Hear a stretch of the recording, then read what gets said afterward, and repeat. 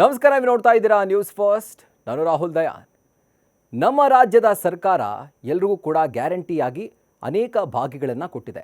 ಆದರೆ ಈಗ ಮತ್ತೊಂದು ಗ್ಯಾರಂಟಿಯನ್ನು ರಾಜ್ಯದ ಜನರಿಗೆ ರಾಜ್ಯ ಸರ್ಕಾರ ಕೊಟ್ಟಿರೋದು, ಅದುವೇ ಪೆಟ್ರೋಲ್ ಡೀಸೆಲ್ ಬೆಲೆ ಏರಿಕೆಯ ಗ್ಯಾರಂಟಿ.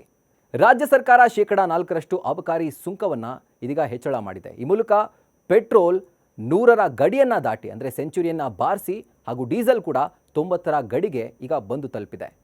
ಹೌದು, ಪೆಟ್ರೋಲ್ ಡೀಸೆಲ್ ದರದ ಮೇಲೆ ಈಗ ತೆರಿಗೆಯನ್ನು ಹೆಚ್ಚಳ ಮಾಡಲಾಗಿದ್ದು, ಪ್ರತಿ ಲೀಟರ್ಗೆ ₹3 ಏರಿಕೆ ಆಗುವಂತೆ ಸಿದ್ದರಾಮಯ್ಯ ಸರ್ಕಾರ ಆದೇಶವನ್ನು ಹೊರಡಿಸಿದೆ.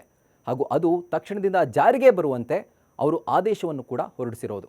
ಹಣಕಾಸಿನ ಇಲಾಖೆಯ ಅಧಿಸೂಚನೆಯ ಪ್ರಕಾರ ಪೆಟ್ರೋಲ್ ಮೇಲಿನ ಕರ್ನಾಟಕ ಮಾರಾಟ ತೆರಿಗೆಯನ್ನು ಸರ್ಕಾರ 25.92ರಿಂದ 29.84ಕ್ಕೆ ಏರಿಕೆ ಮಾಡಿದೆ. ಹಾಗೂ ಇದೇ ರೀತಿ ಡೀಸೆಲ್ ತೆರಿಗೆಯನ್ನು 14.34ರಿಂದ ಈಗ 18.44ಕ್ಕೆ ಏರಿಕೆ ಮಾಡಿದೆ. ಈ ಮೂಲಕ ಕರ್ನಾಟಕ ಮಾರಾಟ ತೆರಿಗೆ ಸುಮಾರು 4% ಈಗ ಹೋಲ್ಸೇಲ್ ಆಗಿ, ಅಂದರೆ ಓವರಾಲ್ ಆಗಿ ಏರಿಕೆ ಆದಂತಾಗಿದೆ.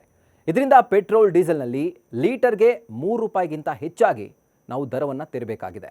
ಹಾಗೂ ಈ ದರ ಏರಿಕೆಯಿಂದಾಗಿ ಬೆಂಗಳೂರಿನಲ್ಲಿ ಪೆಟ್ರೋಲ್ ದರ ಹಾಗೂ ಪ್ರಸ್ತುತ, ಅಂದರೆ ಇವತ್ತಿನಿಂದ ₹102.87ಗೆ ಅದು ಹೋಗಿ ನಿಂತುಕೊಳ್ಳುತ್ತೆ.